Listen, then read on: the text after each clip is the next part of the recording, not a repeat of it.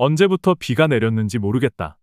간밤에 기억을 까맣게 잊어버리고 잠에서 깨어났을 때 나는 비에 홀딱 젖은 옷을 그대로 입고 있었다. 티셔츠는 몸에 붙어버릴 것처럼 끈적거렸다. 땀과 빗물로 눅눅한 냄새가 밴 옷을 하나씩 벗었다. 그리고 바지 주머니에서 소지품을 꺼내 이불 위로 던졌다. 반으로 접힌 가죽 지갑에는 비에 젖은 1,000원짜리 지폐 2장이 위태롭게 들어있었고 두 갭이 남은 담뱃갑에선 흑갈색 물이 주르륵 흘러내렸다.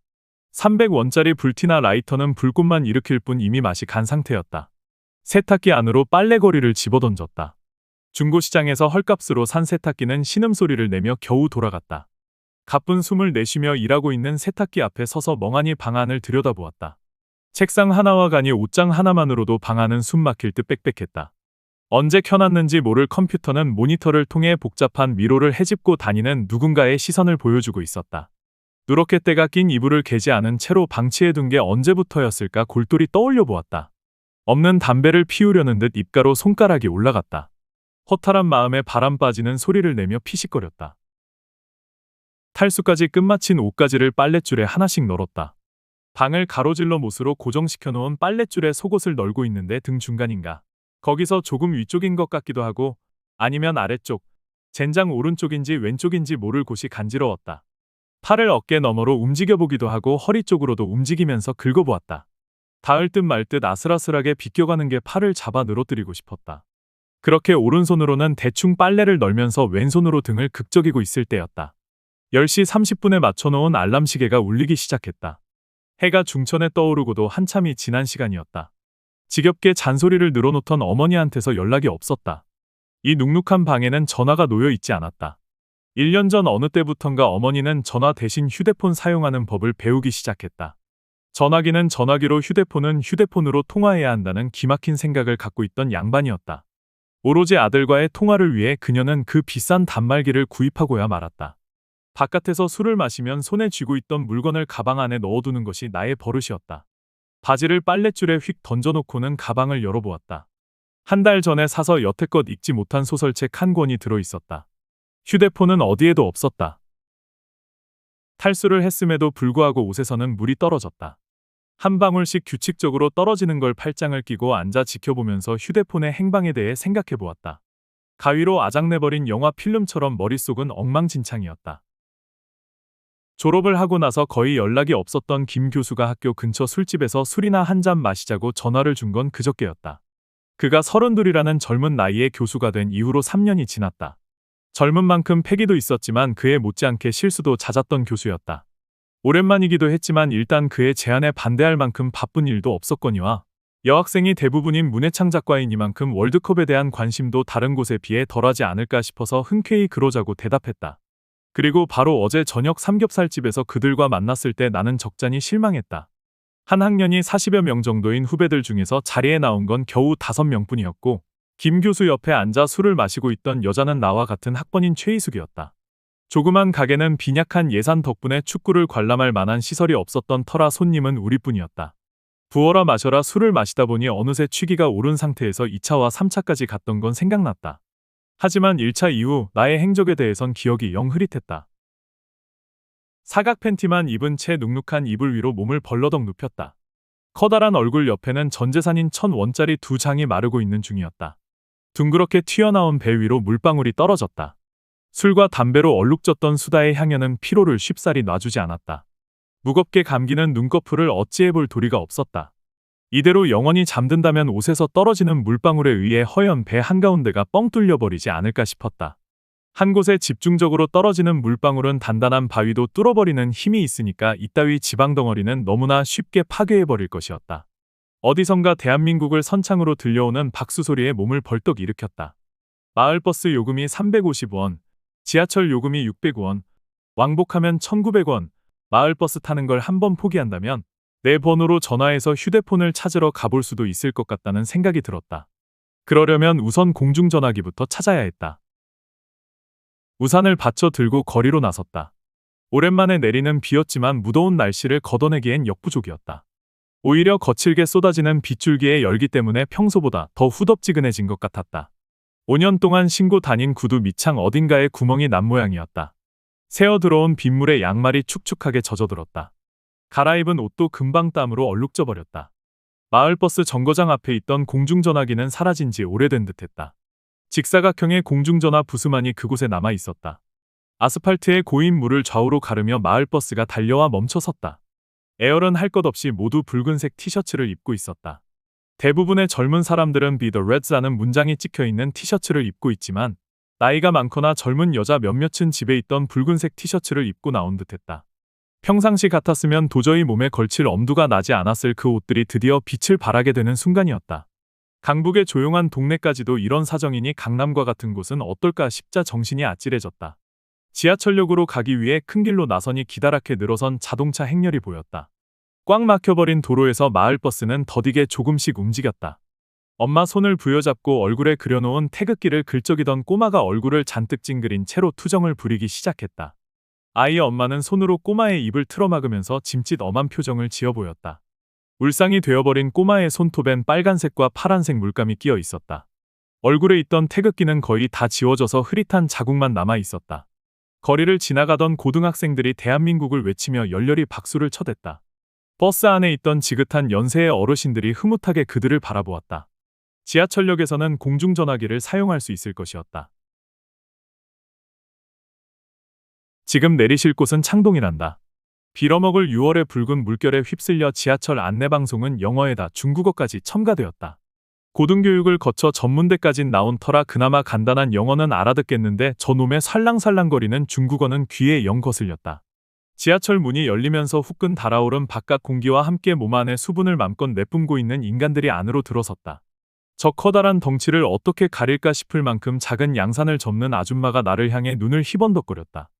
옆자리에 올려놓았던 가방을 슬며시 무릎 위에 가져다 놓고 나서 나는 문이 닫히는 걸 보았다. 잔뜩 물을 먹은 하마 같은 여자가 좁은 자리를 비집고 들어왔다. 다음 역인 노원역에서 7호선으로 갈아타야 했다. 꽉 껴버린 엉덩이를 힘겹게 빼내며 자리에서 일어났다. 넓어진 자리는 이제 하마의 독차지가 되어버렸다. 여자의 자존심 따윈 잃어버린 듯 다리를 쫙 벌린 채로 커다랗게 하품을 하는 하마를 뒤로 하고 문 쪽으로 걸어가 금속봉에 등을 기댔다. 맞은편 좌석에 앉아있는 반바지 아가씨가 눈에 띄었다. 어깨까지 자란 머리카락을 하나로 질끈 동여맨 그녀의 동그란 얼굴은 무슨 기쁜 일이 있었는지 미소로 가득했다. 하얀 허벅지살 안쪽이 보일락말락한 반바지에 촌스러운 꽃무늬 티셔츠를 입은 그녀가 나를 향해 고개를 돌렸다. 괜히 헛기침하면서 막 지나치고 있는 미도파 백화점 쪽으로 눈길을 돌렸다. 뜨겁게 쏟아지는 빗줄기는 그칠 기미가 보이지 않았다. 창동역에 도착해서 전화해본 결과 휴대폰을 주워놓은 사람이 단골 술집 사장이라는 사실을 알게 되었다. 3차로 갔던 그곳에서 깜빡 잊고 챙기지 못한 모양이었다. 전화를 받은 그는 웬만하면 새로 장만하는 게 어떠냐고 말했지만 나는 아직도 쓸만하다고 큰 소리를 탕탕 쳐댔다. 허허거리며 어쨌든 보관하고 있을 테니 시간이 될 때 찾아가라고 말하고선 전화를 끊었다. 가슴 속에 가득 차 있던 시꺼먼 불안감이 한순간에 녹아내리는 듯했다. 문이 열리길 기다리고 있는데 내 옆으로 반바지 아가씨가 다가왔다.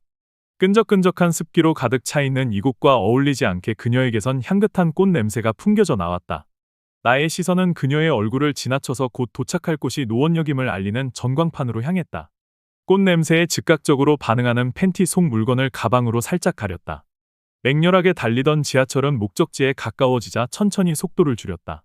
플랫폼에서 질서정연하게 줄을 서 있던 붉은색 인파들은 지하철이 도착하자 줄이 흐트러지면서 아수라장으로 변했다. 문이 열렸다.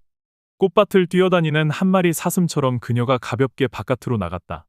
얼굴엔 여전히 미소를 짓고 있었다. 검은색 티셔츠와 바지를 입은 나와 달리 대부분의 사람들은 붉은색으로 통일된 티셔츠 차림이었다. 억수같이 쏟아지는 빗줄기 속에서도 응원을 할 요량으로 모두의 얼굴에선 비장한 각오가 새어나왔다. 바로 내 앞에 있는 고등학생쯤으로 보이는 앳된 얼굴에도 태극기가 그려져 있었다. 나는 7호선 플랫폼으로 가기 위해서 에스컬레이터에 올라섰다. 에스컬레이터 천장은 먼지가 잔뜩 껴서 바깥이 잘 보이지 않는 투명 플라스틱으로 덮여 있었다. 처음 생산되었을 땐 유리처럼 깨끗했을 플라스틱 천장 위로 빗방울이 무섭게 떨어졌다. 영화 에일리언에서 나온 괴물의 산성피 같은 빗방울이 천장을 녹이고 들어올 것 같았다. 훌쩍 커버린 가로수는 누런 검버섯이 가득한 가지를 천장에 늘어뜨린 채 기대고 있었다. 몇 세기가 지나도 썩어 없어지지 않을 플라스틱 천장이 지금 이 순간 부서져 내려앉을 것처럼 위태로워 보였다. 나는 빨리 이곳에서 벗어나고 싶었다. 에스컬레이터에서 내린 태극기 소녀가 빠르게 뛰어갔다. 경기가 시작하려면 아직도 몇 시간의 여유가 남아 있음에도 그들은 모두 서둘러 움직이고 있었다. 일간지와 방송을 통해서 본 신의 각처의 모습은 내 숨통을 꽉 조이기에 충분했다. 온통 붉은색으로 도배된 수십만의 인파가 질서정연하게 똑같은 응원 구호로 목청을 드높이는 모습은 정말이지 끔찍함 그 자체였다. 붉은색 두건을 머리에 뒤집어 쓴 남자가 앙증맞게 생긴 장난감 나팔을 불면서 지나갔다. 듣기 싫은 소음조차도 축제의 묘미가 되어버렸다. 귀를 막고 싶은 심정을 꾹 참아내며 걸어가고 있는데 나보다 먼저 내렸던 반바지 아가씨가 휴대폰을 구경하고 있는 모습이 눈에 띄었다. 각양각색의 휴대폰을 진열해 놓은 간이 테이블 뒤에는 허벅지가 훤히 보이는 짧은 미니스커트 차림의 꺽다리 아가씨가 반바지 아가씨를 상대로 흥정을 하고 있었다. 반바지 아가씨는 멍청해 보일 정도로 미소 짓기를 포기하지 않았다. 그리고 한방 미소 지은 얼굴로 꺽다리 아가씨를 뚫어져라 쳐다보았다. 그것은 뭔가 조화롭지 않은 행동의 불일치였다. 한마디 말도 없이 미소만 지으면서 상대방을 저렇게 본다면 어느 누구라도 부담스럽지 않을 수 없을 터였다. 그래도 꺽다리 아가씨는 잘 참아내며 최신형이라는 제품을 보여주었다. 16화음으로 연주되는 휴대폰 벨소리가 잠시나마 6월의 모든 소음을 잠재웠다. 무전기란 별명으로 불리고 있는 나의 휴대폰은 단음으로 연주되는 진짜 벨소리가 전부였다. 나는 지금 그것을 찾으러 가는 중이었다. 휴대폰을 파는 꺽다리 아가씨 뒤로 구원을 받는 주 예수를 찬양, 교회라는 글자가 눈에 들어왔다. 합성수지로 만들어진 풍성한 가짜 꽃에 가려 몇몇 글자가 보이지 않았다. 거기에서는 아무런 냄새도 맡을 수가 없었다. 싸늘한 에어컨 바람에 소름이 돋았다. 목적지인 면목역을 향해 달리는 열차 안은 인공적인 바람으로 가득 차 있었다. 가방 안에 우산을 넣어둔 채 나는 또다시 문에 기대어 가고 있었다. 이 시간대라면 원래 사람이 많지 않아서 앉을 수 있었는데 그놈의 붉은색 티셔츠 군단이 좌석을 전부 차지해버린 상태였다. 꽹과리를 비롯한 전통 악기를 응원무기로 챙긴 한 무리의 남자들과 태극기로 온몸을 치장한 여자들이 서로의 얼굴에 태극 무늬를 그려주고 있었다. 그들의 행위는 마치 아프리카의 원시 부족이 전쟁터로 떠나는 전사를 위해 행했다던 주술적인 의식과 다를 바 없어 보였다. 죽은 사람을 부활시켜 좀비로 만든다는 그들의 주술행위가 서울이라는 도시의 지하 깊숙한 곳에서 재현되고 있는 듯했다. 반바지 아가씨는 그들 사이에서 어렵게 자리를 구해 앉아 있었다. 꺽다리 아가씨와의 흥정이 잘 되지 않았는지 미소가 사라진 얼굴은 풀이 죽어 있었다. 어느 날부턴가 오르기 시작한 휴대폰 값이 지금은 몇십만 원이라는 가격대에 팔려나갔다. 컬러 액정 화면과 화려한 음량을 자랑하며 선전하는 휴대폰들은 이미 우리네 생활 깊숙이 침투해 있었다. 하지만 걸고 받는 기능밖에 활용하지 못하는 나에게 최신형이라는 것은 정말 사치스러운 물건일 뿐이었다. 비록 투박한 디자인으로 무전기란 별명이 붙어버린 휴대폰이지만 어느 것 못지않게 잘 터진다고 자부하는 바였다. 반바지 아가씨는 어느덧 자신의 휴대폰을 꺼내 들고 열심히 문자 메시지를 보내고 있었다. 아니면 게임을 하는 것인가? 라는 생각도 들었지만 작은 폴더형 휴대폰을 두 손으로 꽉 움켜쥔 채 부지런히 손가락을 움직이는 걸 보면 문자 메시지를 보내고 있으리라는 확신이 들었다. 누구한테 저리도 열심히 문자 메시지를 보내는 것일까? 그냥 전화를 하면 될 것을 굳이 문자 메시지로 보내는 이유가 무엇일까? 편지라는 낭만적인 방법도 있는데 저런 문자 메시지가 과연 큐피드의 화살이 될 수 있을 것인가? 오만 가지 생각을 하고 있는데 그녀 건너편에 앉아있던 중년 남자에게서 요란한 벨소리가 울렸다. 온 국민이 들어 익히 알고 있는 트로트 멜로디로 인해 열차 안은 물을 끼얹은 듯이 조용해졌다. 나요. 나 지금 지하철 아니요. 곧 있으면 도착할 것 같아. 그려, 좀만 기둘러. 우렁찬 목소리에 붉은 티 군단은 숨죽여 속삭였다. 그러나 반바지 아가씨만은 휴대폰에서 시선을 떼지 않은 채 조용히 손가락을 움직일 뿐이었다. 그녀를 쳐다보다가 문득 앞좌석에 앉아있는 여자를 보았다. 친구와의 수다에 지쳐서일까? 이 와중에도 그녀는 고개를 까딱거리며 깊은 잠에 빠져 있었다. 헐렁한 티셔츠를 입은 탓에 팔짱을 낀 팔 위로 가슴 부분이 훤히 드러나 보였다. 나 역시도 팔짱을 낀 채로 그녀의 가슴을 감상했다. 브래지어에 가려 보이지 않는 부분이 못내 아쉬웠다.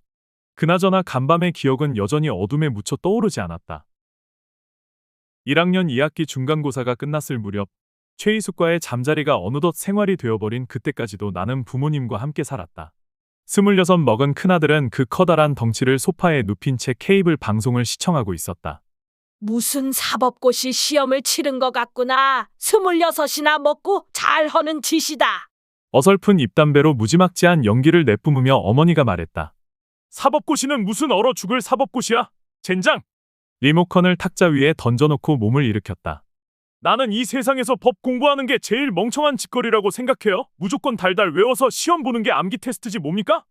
거실은 어머니가 내뿜은 담배 연기로 뿌옇게 변해버렸다. 헛소리 말고 아르바이트라도 좀 해. 그 나이에 공부하는 게 무슨 큰 벼슬하는 거니? 이 나이에 전문대라도 가서 공부하라고 부추긴 게 누군데 그래요? 젠장, 담배나 좀 작작 펴요. 나는 자리를 박차고 일어나 방으로 들어갔다. 희숙이의 따뜻한 가슴이 너무나 그리웠다. 문을 잠그고 나서 컴퓨터를 켰다. 인터넷에는 희숙이를 대신할 수많은 여자들이 있었다. 제대하고 1년 동안 적성에 맞는 일자리를 구하느라 갖은 애를 썼다. 전문대 기계설계과를 휴학한 상태였지만 그곳에 다시 들어가긴 죽기보다 싫었다. 대학 입시 때 3번의 낙방을 맛보고 점수에 맞춰서 입학한 곳이었다. 설계라고 하니 그림을 많이 그리지 않을까 하는 막연한 생각에 무턱대고 입학원서를 냈는데 실상 설계를 하는 수업은 일주일에 2시간뿐이었다. 나머지 시간은 역학이란 이름의 물리와 수학이 절묘하게 배합된 과목들로 채워져 있었다.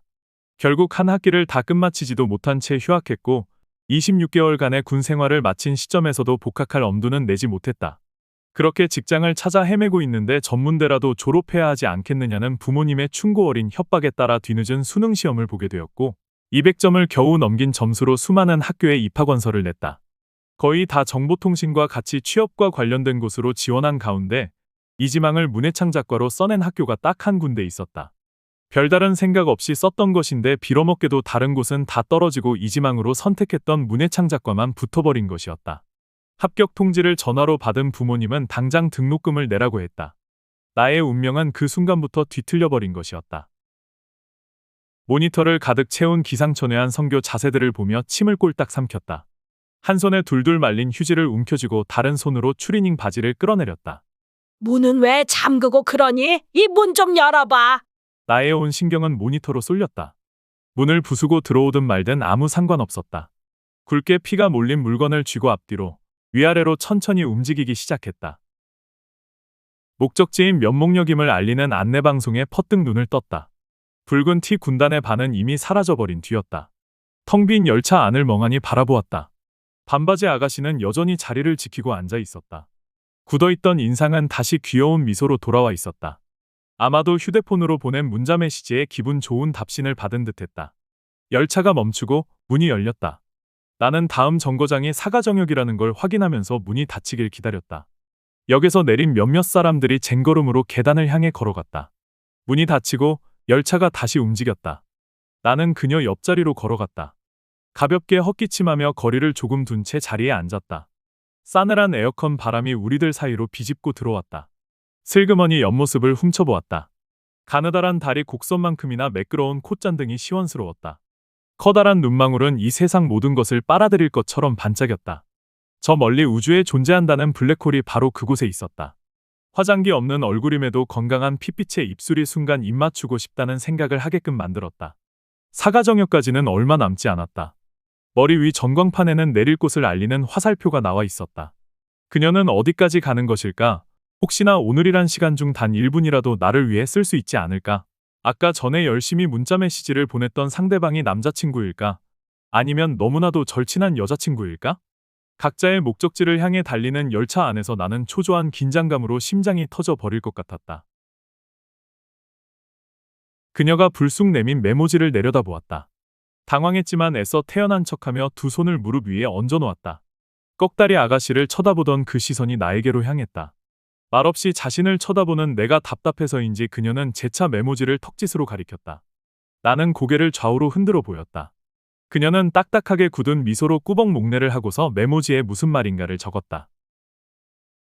환한 빛으로 빠져나온 열차는 서서히 속력이 줄어들었다. 반바지 아가씨는 다시 한 번 더 목례를 하고 나서 재빨리 문 쪽으로 걸어갔다. 귀에 걸려있는 보청기가 이제야 눈에 띄었다.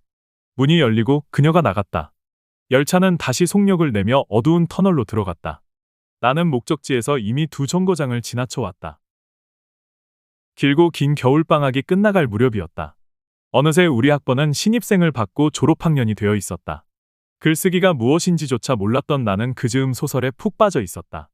몇 달간 최희숙과의 만남도 자제한 채 총력을 기울였던 단편소설이 예상했던 대로 신춘문예에서 떨어져 버렸지만 그래도 큰 경험을 했다는 생각에 기분이 나쁘지만은 않았다. 뒤늦게 찾아온 한방눈을 창밖으로 내다보았다. 나는 새로운 작품을 쓰느라 진땀을 흘리고 있었다. 모니터 앞에 놓아둔 휴대폰이 울렸다. 같은 학번 동생한테서 걸려온 안부전화였다. 내가 웬일이냐? 방학 땐 전화 한 통도 없더니만. 그냥 오빠 뭐 하나 해서. 뭐하긴 임마? 죽지 못해 그냥 살고 있지 뭐. 신춘문예 떨어지고 술이나 퍼마실까 걱정돼서 전화했는데 목소리 들으니까 괜찮구만요. 안 그래도 지금 작품 하나 새로 쓰고 있습니다요. 기대하고 있을게. 동생은 잠시 머뭇거리며 말을 잇지 못했다. 오랜만에 걸려온 전화라 반가웠는데 알 수 없는 불안감을 내비치는 그녀의 행동에 기분이 차츰 불쾌해졌다. 너 나한테 할 얘기 있는 것 같은데 뭐야? 속 시원히 말해봐. 오빠, 요즘 희숙이 언니하고 안 만난 지 꽤 됐지? 작품 쓸 동안엔 만나지 말자고 그랬지. 걔도 그러자고 했었고. 문득 불길한 예감이 들었다.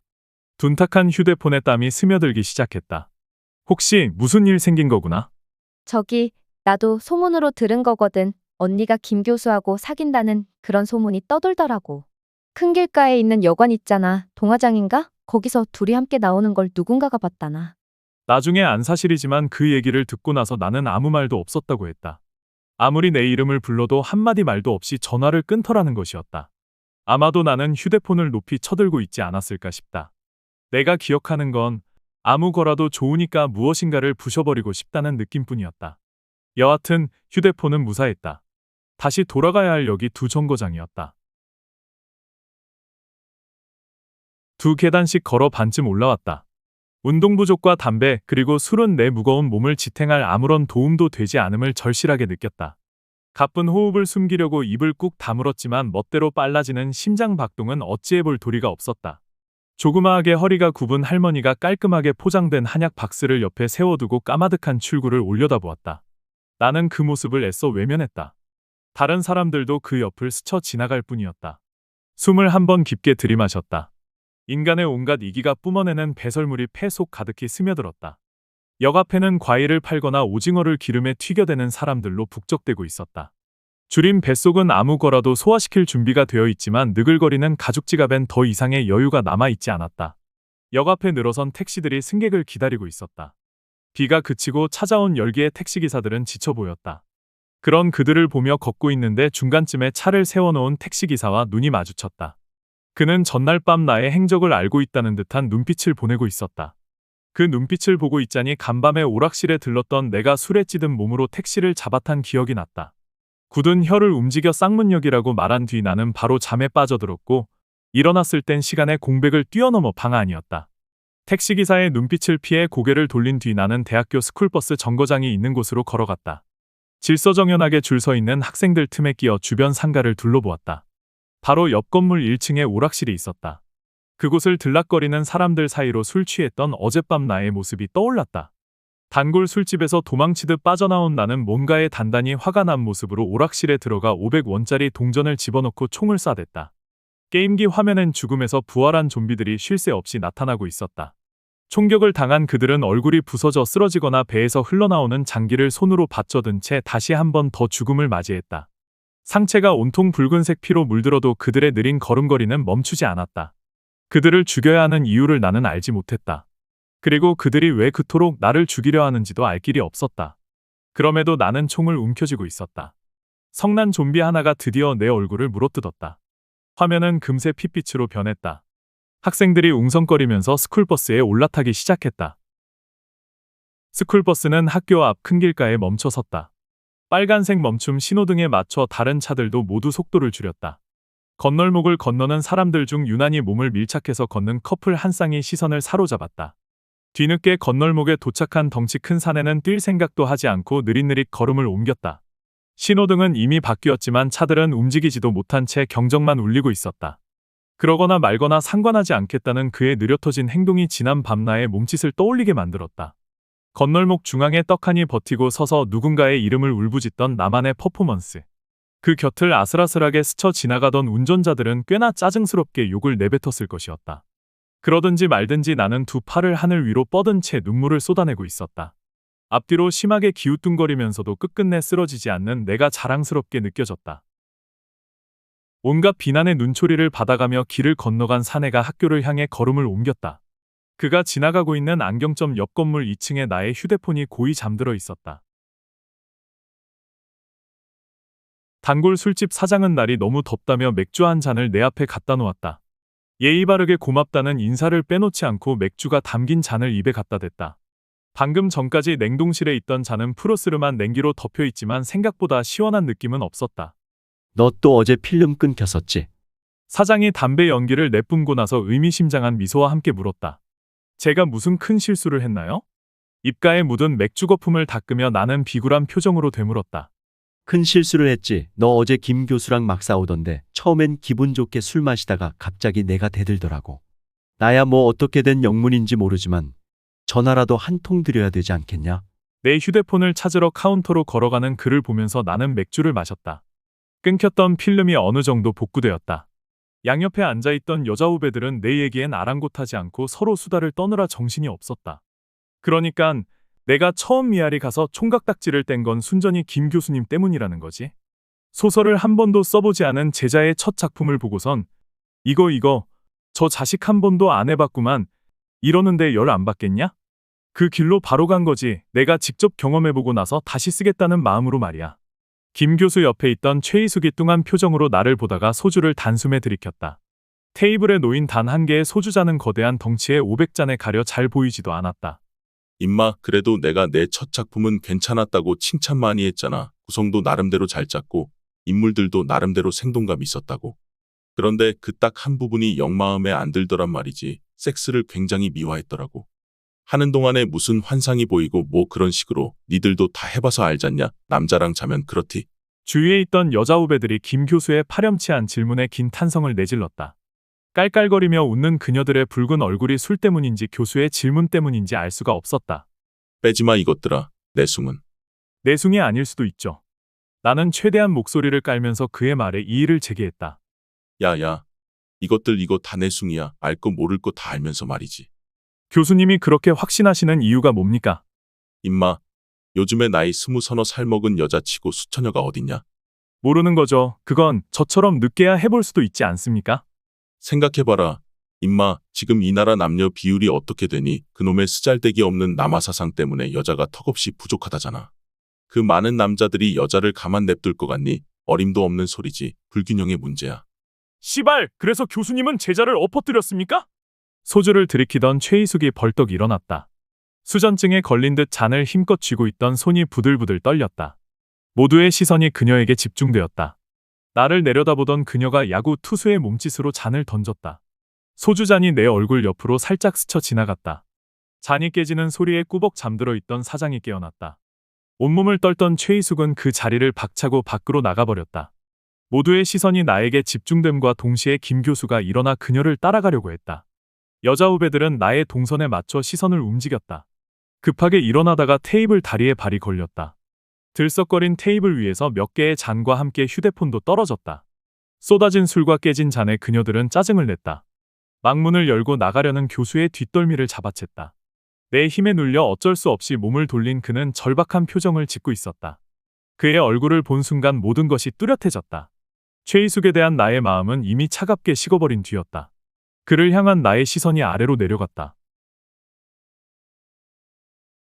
휴대폰을 받아들고 밖으로 나왔다. 전날의 숙취에 또 술이 들어간 탓인지 머리가 핑 돌았다. 붉은색 응원복을 입은 학생들이 노래방 앞에 설치된 멀티비전을 눈이 빠져라 보고 있었다. 며칠 전에 있었던 승리의 감격을 그들은 다시금 맛보고 있는 중이었다. 긴 머리에 샤프한 얼굴을 가진 축구선수가 화면에 클로즈업되었다. 미스코리아와 결혼했다던 그의 연봉은 가히 상상도 하지 못할 액수였다. 좀비와 같이 말라비틀어진 몸으로 그는 운동장을 끊임없이 뛰어다니고 있었다. 길 건너편으로 시선을 돌리자 동화장이 눈에 띄었다. 그녀들과 그들에 대한 소문으로 언제나 화제가 끊이지 않았던 그곳을 보고 있는데 빗방울이 얼굴에 떨어졌다. 그 순간 눈꺼풀이 무거워지면서 다리가 휘청거렸다. 이러면 안 된다고 생각하며 걸음을 옮기려 하자 버스 정류장 앞에 있는 휴지통이 시야에 들어왔다. 액정 화면에 금이 간 구형 휴대폰을 주머니에서 꺼냈다. 많은 사람들과 나를 이어줬던 유일한 끈은 초라하기 그지없었다. 그것을 휴지통에 버렸다. 동시에 내가 알고 있던 모든 사람들도 휴지통에 버려졌다. 버스를 기다리던 사람들이 나를 흘끔거리며 쳐다보았다. 먹구름이 잔뜩 낀 게 금방이라도 비가 쏟아질 것 같았다. 내 주머니에 들어있는 돈은 지금 850원이 전부였다. 지하철역까지는 걸어서 20여 분 정도 걸렸다. 좀비의 느릿한 발걸음으로 자리를 떴다.